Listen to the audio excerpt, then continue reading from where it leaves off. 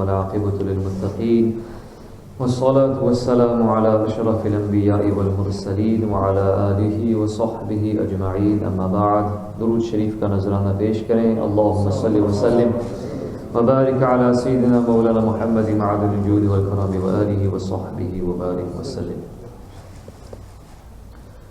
بہار شریعت کے 16ویں حصے یعنی کتاب الحظر والاباحت میں سے مختلف موضوعات کے تحت آپ نے مسائل شریعت سماعت فرمائے. اسی کے ساتھ ساتھ قرآنی آیات بینات، آیات قرآنیہ اور احادیث کریمہ بھی سماعت فرمائے. اس کے بعد ایک اور فصل آپ نے قائم فرمائی بیٹھنے اور سونے اور چلنے کے آداب کے حوالے سے. اس کے تحت بھی آپ نے بہت ساری احادیث کریمہ سے سماعت فرمائی تھی. مزید انشاءاللہ عز و جل اس فصل کی احادیث کریمہ اور اس کے تحت شرعی مسائل آپ کے سامنے ہم پیش کرنے کی سعادت حاصل کریں گے. امام حاکم نے مستدرک میں سیدنا ابو ہریرہ رضی اللہ تعالیٰ عنہ سے روایت کی کہ رسول اللہ صلی اللہ علیہ وسلم نے ارشاد فرمایا، جو لوگ دیر تک کسی جگہ بیٹھے اور بغیر اللہ کے ذکر اور نبی کریم صلی اللہ علیہ وسلم پر درود پڑھے وہاں سے متفرق ہو گئے، وہاں سے جدا ہو جاتے ہیں تو انہوں نے نقصان کیا، اگر اللہ چاہے عذاب دے اور چاہے تو بخش دے. تو جب بھی ہم اپنی مجلسوں میں بیٹھا کریں تو اگرچہ دنیاوی بحث و مباحثے ہوں، دنیاوی معاملات کے بارے میں آپ کی گفتگو ہو، لیکن پھر بھی اس کے بعد آپ اللہ کا ذکر کر لیں. اگر ہو سکے تو اخیر میں جو دعا ہم نے گزشتہ درس میں ابو داؤد شریف کی روایت کے حوالے سے پیش کی تھی، سبحانک اللہم و بحمدک لا الہ الا انت استغفرک و اتوب الیک، یہ پڑھ لیا کریں 3 دفعہ. تو اس سے کیا ہوگا کہ اللہ تعالیٰ اس شخص کی گناہ مٹا دے گا اور مجلس کے اندر جو بھلائی اور خیر کی باتیں ہوئی ہیں انشاءاللہ اللہ تعالیٰ اس پر مہر رکھ دے گا، مہر فرما دے گا اور اللہ تعالیٰ اس کا اجر آپ کو آخرت میں عطا فرمائے گا. تو میرے ساتھ یہ دعا ریپیٹ کریں آپ، سبحانک اللہم و بحمدک لا الہ الا انت استغفرک و اتوب الیک. بزار نے حضرت انس رضی اللہ تعالی عنہ سے روایت کی کہ رسول اللہ صلی اللہ علیہ وآلہ وسلم نے ارشاد فرمایا، جب بیٹھو جوتے اتار لو، تمہارے قدم آرام پائیں گے. صحیح مسلم میں حضرت جابر رضی اللہ تعالیٰ عنہ سے مروی کہ رسول اللہ صلی اللہ علیہ وسلم نے پاؤں پر پاؤں رکھنے سے منع فرمایا ہے جبکہ چت لیٹا ہو. اس کے تحت دوسری بات بھی پیش کی جاتی ہے. اس کے بعد جو اس کا خلاصہ ہے اور جو شرعی مسائل ہے اس کے بارے میں آپ کے سامنے جو حضرت نے بیان فرمایا وہ آپ کے سامنے پیش کیا جائے گا. صحیح بخاری مسلم حضرت عباد بن تمیم رضی اللہ عنہ سے روایت، وہ اپنے چچا سے روایت کرتے ہیں کہ رسول اللہ صلی اللہ علیہ وسلم کو مسجد میں لیٹے ہوئے میں نے دیکھا، نبی کریم صلی اللہ علیہ وسلم نے ایک پاؤں کو دوسرے پر رکھا تھا. تو اب یہ سوال پیدا ہو سکتا ہے کہ اس سے پہلی والی حدیث شریف میں یہ بیان کیا گیا کہ ایک پاؤں پر دوسرا پاؤں نہ رکھے، اس کی مماثلت یہاں پر خود نبی کریم صلی اللہ علیہ وسلم نے اپنا پایا اقدس دوسرے پر رکھا تھا. تو فرماتے ہیں کہ یہ بیان جواز کے لیے کیا تھا، نبی کریم صلی اللہ علیہ وسلم اس کو جائز بتانے کے لیے کیا تھا، اور اس صورت میں کہ سطر کھلنے کا اندیشہ نہ ہو.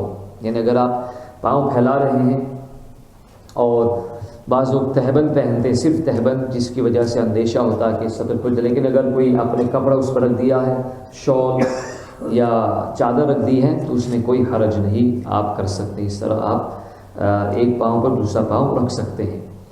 پہلی حدیث اس صورت میں ہے کہ سطر کھلنے کا اندیشہ ہو، مثلا آدمی تہبند پہنے ہو اور چت لیٹ کر ایک پاؤں کھڑا کر کے اس پر دوسرے کو رکھے تو سطر کھلنے کا اندیشہ ہوتا ہے، اور اگر پاؤں پھیلا کر ایک کو دوسرے پر رکھے تو اس صورت میں کھلنے کا اندیشہ نہیں ہوتا،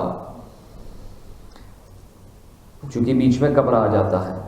شرح السنہ میں ہے کہ ابو قتادہ رضی اللہ عنہ سے مروی کہ رسول اللہ صلی اللہ علیہ وسلم جب رات میں منزل میں اترتے تو داہنی کروٹ پر لیٹتے، اور جب صبح سے کچھ ہی پہلے اترتے تو داہنے ہاتھ کو کھڑا کرتے اور اس کی ہتھیلی پر سر رکھ کر لیٹتے، یعنی جیسے کہ یہ آپ نے کھڑا کر دیا اور اس طرح، تاکہ گہری نیند میں نہ چلا جائے آدمی۔ اور ویسے بھی جب آپ داہنی طرف رائٹ سائڈ پہ سوتے ہیں تو غفلت والی نیند نہیں ہوتی، اس میں آدمی بآسانی اٹھ سکتا ہے۔ اگر آپ مثلا عشاء کی نماز کے بعد، تراویح کے بعد سوتے ہیں تو اگر آپ داہنی کروٹ پر لیٹیں گے تو بآسانی آپ اٹھ سکیں گے سحری کے لیے۔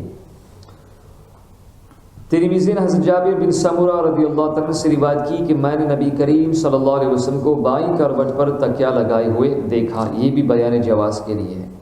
تو سنت طریقہ یہی ہے کہ جب آپ سوئیں تو داہنی کروٹ پر آپ لیٹیں اور داہنا ہاتھ داہنے رخسارے کے نیچے ہو، اور ہو سکے تو قبلہ رو، یعنی آپ کا چہرہ قبلہ کی طرف ہو۔ پھر اگر آپ اپنی کروٹ بدل دیں تو اس میں کوئی حرج نہیں، آپ کو سنت کا ثواب انشاءاللہ مل جائے گا۔ ترمذی نے ابو ہریرہ رضی اللہ تعالیٰ عنہ سے روایت کی کہ رسول اللہ صلی اللہ علیہ وسلم نے ایک شخص کو پیٹ کے بل لیٹے ہوئے دیکھا۔ He was lying flat on his belly, on his stomach. فرمائے اس طرح لیٹنے کو اللہ ناپسند فرماتا، اللہ تعالیٰ ایسے لیٹنے کو پسند نہیں کرتا ہے، اور سائنٹسٹ بھی کہتے ہیں کہ اس طرح لیٹنے سے بڑی بیماریاں پیدا ہوتی ہیں، اور یہ سنت کے خلاف بھی ہے، اللہ کو ناپسندیدہ ہے، تو کوشش کریں اس طرح نہ لیٹیں۔ ابو داؤد و ابن ماجہ نے حضرت غفاری رضی اللہ عنہ سے روایت کی کہ یہ اصحاب صفہ میں سے تھے، کہتے ہیں کہ سینے کی بیماری کی وجہ سے میں پیٹ کے بل لیٹا ہوا تھا کہ اچانک کوئی شخص اپنے پاؤں سے مجھے حرکت دیتا ہے اور یہ کہتا ہے کہ اس طرح لیٹنے کو اللہ تعالیٰ مبغوض رکھتا ہے، اللہ تعالیٰ اس طرح لیٹنے کو پسند نہیں فرماتا۔ میں نے دیکھا تو وہ رسول اللہ صلی اللہ علیہ وسلم تھے۔ ابن ماجہ نے حضرت ابو ذر غفاری رضی اللہ عنہ سے روایت کی، کہتے ہیں میں پیٹ کے بل لیٹا ہوا تھا، رسول اللہ صلی اللہ علیہ وسلم میرے پاس سے گزرے اور پاؤں سے ٹھوکر ماری اور فرمائے کہ اے جندب، یہ حضرت ابو ذر کا نام ہے، ابو ذر یہ ان کی کنیت ہے، جندب ان کا نام ہے، جندب بن جنادہ رضی اللہ تعالیٰ عنہ۔ اے جندب، یہ جہنمیوں کے لیٹنے کا طریقہ ہے، یعنی اس طرح کافر لیٹتے ہیں، یا یہ کہ جہنمی جہنم میں اس طرح لیٹیں گے، نعوذ باللہ۔ ابو داؤد نے علی بن شیبان رضی اللہ تعالیٰ عنہ سے روایت کی کہ رسول اللہ صلی اللہ علیہ وسلم نے ارشاد فرمایا، جو شخص ایسی چھت پر، ایسے روف پر رات میں رہے جس پر روک نہیں ہے، کوئی گیٹ نہیں ہے، کوئی باڑی نہیں ہے، کوئی دیوار ایسی نہیں ہے روک، یعنی دیوار یہ منڈیر نہیں ہے، اس سے ذمہ بری ہے، یعنی اگر رات میں چھت سے وہ گر جائے تو اس کا ذمہ دار وہ خود ہوگا۔ ترمذی نے حضرت جابر رضی اللہ عنہ سے روایت کی کہ رسول اللہ صلی اللہ علیہ وسلم نے اس چھت پر سونے سے منع فرمایا جس پر روک نہ ہو، ایسی جگہ پر آپ لیٹیں جہاں گرنے کا اندیشہ ہو تو اس طرح نہیں سونا چاہیے، ایسی جگہ نہیں سونا چاہیے، اہتمام سے حفاظتی تدابیر کے ساتھ سونا چاہیے۔ حضرت ابو یعلا رضی اللہ تعالیٰ عنہ نے سیدتنا ام المؤمنین عائشہ صدیقہ رضی اللہ تعالیٰ عنہا سے روایت کی کہ رسول اللہ صلی اللہ علیہ وسلم نے ارشاد فرمایا، جو شخص عصر کی نماز عصر کے بعد سوئے اور اس کی عقل جاتی رہے، یعنی پاگل پن اس کی بیماری لاحق ہو جائے، تو وہ اپنے ہی کو ملامت کرے۔ اس سے پتہ چلتا ہے کہ بعد نماز عصر نہیں سونا چاہیے، اس سے عقل میں کمی پیدا ہوتی ہے اور عقل متاثر ہوتی ہے۔ امام احمد نے حضرت عبداللہ بن عمر رضی اللہ تعالی عنہما سے روایت کی کہ رسول اللہ صلی اللہ علیہ وسلم تنہائی سے منع فرمایا، یعنی اس سے کہ آدمی تنہا سوئے۔ صحیح بخاری مسلم میں حضرت ابو ہریرہ رضی اللہ تعالیٰ عنہ سے مروی کہ رسول اللہ صلی اللہ علیہ وسلم نے ارشاد فرمایا، ایک شخص دو چادریں اوڑھے ہوئے اترا کر چل رہا تھا، اترا کر یعنی تکبر کے ساتھ چل رہا تھا اور گھمنڈ میں تھا، تو وہ زمین میں دھسا دیا گیا، وہ زمین کے اندر سنک کر دیا گیا، وہ قیامت تک دھستا ہی جائے گا۔ تکبر کی وجہ سے جو لوگ اترا کر چلتے ہیں انہیں اس سے عبرت حاصل کرنی چاہیے۔ اللہ تعالیٰ ہمیں تواضع انکساری عطا فرمائے۔ اللہ تعالیٰ نے اپنے خاص بندوں کی تعریف یوں بیان فرمائی، وعباد الرحمن الذین یمشون علی الارض ہونا، رحمان کے بندے وہ ہیں جو زمین پر آہستہ چلتے ہیں۔ اطمینان کے ساتھ چلتے، تواضع انکساری کے ساتھ چلتے. نبی کریم صلی اللہ علیہ وسلم کا یہ مبارک انداز تھا کہ آپ صلی اللہ علیہ وسلم بالکل تواضع انکساری کے ساتھ نیچی نگاہیں کیے ہوئے چلتے تھے، جیسے کہ نشیب سے اتر رہے ہیں، جیسے کہ اونچائی سے نشیب کی طرف آ رہے ہیں، اونچائی سے نیچائی کی طرف آ رہے ہیں صلی اللہ علیہ وسلم. حضرت ابو داؤد نے حضرت عبداللہ بن عمر رضی اللہ تعالی عنہما سے روایت کی کہ رسول اللہ صلی اللہ علیہ وسلم نے مرد کو دو عورتوں کے درمیان میں چلنے سے منع فرمایا.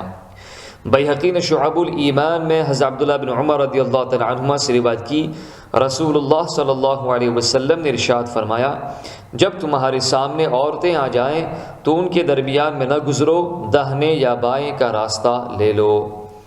اب اس کے تحت چند شرعی مسائل آپ کے سامنے پیش کی جاتے ہیں. قیلولہ کرنا جائز بلکہ مستحب ہے، یعنی دوپہر کے وقت تھوڑا سا آرام کر لینا یہ مستحب ہے، اور اچھی نیت ہو تو اس کا ثواب بھی انشاءاللہ ملے گا. تو فرماتے ہیں کہ غالباً یہ ان لوگوں کے لیے ہوگا جو شب بیداری کرتے ہیں، تہجد کی نماز ادا کرتے ہیں، رات میں نماز ادا کرتے ہیں، ذکر و اذکار کرتے ہیں، ذکر الہی کرتے ہیں، یا کتب بینی یعنی کتابوں کا مطالعہ کرتے ہیں کہ شب بیداری میں جو تکان ہو قیلولہ سے دفع ہو جائے. دن کے ابتدائی حصے میں سونا یا مغرب و عشاء کے درمیان میں سونا یہ مکروہ ہے. سونے میں مستحب یہ ہے کہ با طہارت یعنی وضو کر کے سوئے. جو شخص وضو کی حالت میں سوتا ہے تو اس کی روح عرش کے نیچے سجدہ ریز ہوتی ہے اور پوری رات اس کو اللہ تعالیٰ عبادت کا ثواب عطا فرماتا ہے. اگر اس کا انتقال ہو جائے تو اللہ تعالیٰ اسے شہیدوں کا درجہ عطا فرماتا ہے اور پوری رات فرشتے اس کی حفاظت فرماتے ہیں. سبحان اللہ. اور کچھ دیر داہنی کروٹ پر داہنے ہاتھ کو رخسارے کے نیچے رکھ کر، یعنی اس طرح رائٹ ہینڈ رائٹ چیک کے نیچے رکھ کر قبلہ رو سوئے، قبلے کی سمت اس طرف، تو پاؤں اس طرف ہوں گے، چہرہ اس طرف ہوگا. پھر اس کے بعد بائیں کروٹ پر اور سوتے وقت قبر میں سونے کو یاد کریں. جب آپ سوتے ہیں تو قبر میں جب ہمیں لٹایا جائے گا تو اس سونے کو یاد کریں کہ وہاں تنہا سونا ہوگا، سوائے اپنے اعمال کے کوئی بھی چیز ہمارے ساتھ نہیں ہوگی. سوتے وقت یاد خدا میں مشغول ہو، لا الہ الا اللہ سبحان اللہ الحمدللہ کی تسبیح پڑھے. جو شخص یہ تسبیح فاطمہ پڑھے گا لیٹتے ہوئے بستر پر، جو شخص تسبیح فاطمہ پڑھتا ہے تو جب صبح ہوگی تو نشاط کے ساتھ یعنی بالکل فریش ہو کر کے اٹھے گا. بعض دفعہ ہم سوتے ہیں نیند پوری نہیں ہوتی، بالکل یعنی بے چینی رہتی ہے. تو اگر آپ یہ ذکر و اذکار کرتے ہوئے انشاءاللہ سوئیں گے تو انشاءاللہ عز و جل بالکل فریش اٹھیں گے اور اس کی برکات بھی اللہ تعالیٰ آپ کو عطا فرمائے گا. تو ذکر و اذکار کر کے سو جائے کہ جس حالت پر انسان ہوتا ہے اسی پر اٹھتا ہے، جس حالت پر انسان سوتا ہے اسی پر اٹھتا ہے، اور جس حالت پر مرتا ہے قیامت کے دن اسی پر اٹھے گا. سو کر صبح سے پہلے ہی اٹھ جائے اور اٹھتے ہی یاد خدا کرے، یہ پڑھے الحمدللہ الذی احیانا بعدما اماتنا والیہ النشور. سب تعریف اللہ تعالیٰ کے لیے جس نے ہمیں موت کے بعد زندگی عطا فرمائی، کیونکہ سونا بھی ایک طریقے کی موت ہے. اور اٹھتے ہی یاد خدا ہمیں کرنا چاہیے، لا الہ الا اللہ کلمہ پڑھنا چاہیے، اس سے انشاءاللہ وسوسے دور ہوں گے. اسی وقت اس کا پکا ارادہ کرے کہ پرہیزگاری اور تقویٰ کرے گا، کسی کو ستائے گا نہیں.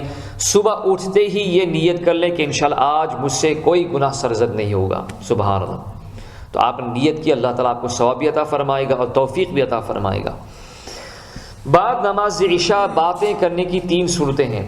پہلی صورت یہ کہ علمی گفتگو، کسی سے مسئلہ پوچھنا، اس کا جواب دینا یا اس کی تحقیق و تفتیش کرنا، اس قسم کی گفتگو سونے سے افضل ہے. یعنی جب آپ علمی گفتگو کر رہے ہیں، دین کے بارے میں اچھی باتیں کر رہے ہیں تو یہ سونے سے افضل ہے. دوسری صورت یہ کہ جھوٹے قصے کہانی کہنا، مسخرہ پن، ہنسی مذاق، ٹھٹھا کرنا، ہنسی مذاق کرنا، اس کی ایسی باتیں کرنا یہ مکروہ ہے. تیسری گفتگو موانست کی بات چیت کرنا، جیسے زوجین کے درمیان گفتگو یا مہمان سے اس کے انس کے لیے کلام کرنا، یہ جائز ہے. اس قسم کی باتیں کریں تو آخر میں ذکر الہی میں مشغول ہو جائے اور تسبیح اور استغفار پر کلام کا خاتمہ ہونا چاہیے. جب لڑکے اور لڑکی کی عمر 10 سال کی ہو جائے 10 ایئرز تو ان کو الگ الگ سلانا چاہیے، یعنی لڑکا جب اتنا بڑا ہو جائے اپنی ماں یا بہن یا کسی عورت کے ساتھ نہ سوئے، صرف اپنی زوجہ یا باندی کے ساتھ سو سکتا ہے، بلکہ اس عمر کا لڑکا اتنے بڑے لڑکوں یا مردوں کے ساتھ بھی نہ سوئے۔ تو اللہ رب العزت ہم سب کو ان شرعی مسائل کو سیکھنے، اس پر عمل کرنے کی توفیق عطا فرمائے۔